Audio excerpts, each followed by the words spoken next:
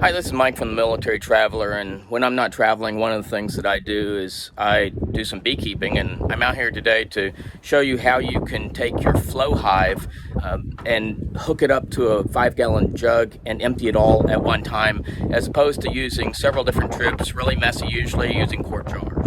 So I've taken a 5-gallon bucket that I bought from Walmart. You can get them from Lowe's, Home Depot, etc.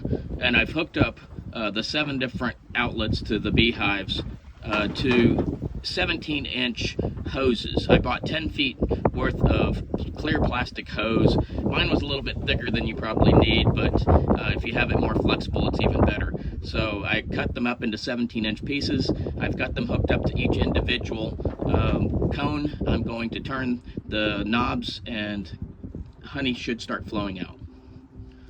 With a Flowhive, all you do is you crank the handle and you gently open up a little bit of each of the hives. I'm going to start out just about a quarter of it at a time so that it doesn't all flow out too quickly.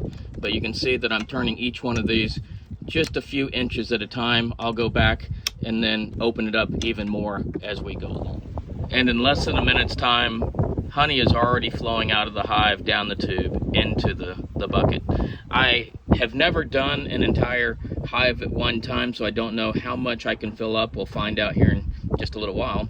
But normally we have 2 or 3 quart jars underneath the nozzles, and sometimes it gets a little bit hectic and messy with honey overflowing or bees getting into the jars, etc. And so I think this will be the best solution that we've had.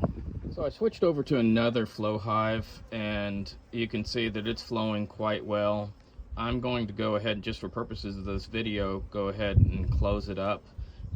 I learned a couple of things already. One is to maybe use thinner tubes, maybe slightly longer tubes, and instead of doing a circle, the next one I'm going to do a straight line because I think that would be able to distribute the tubes better.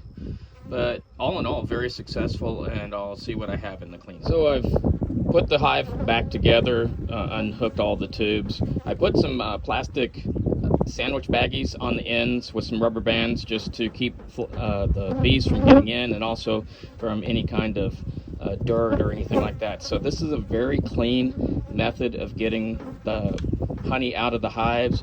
Very safe. The bees were hardly disturbed, and good thing is no bees hurt during the filming of this video, and I wasn't hurt during the filming of the video either.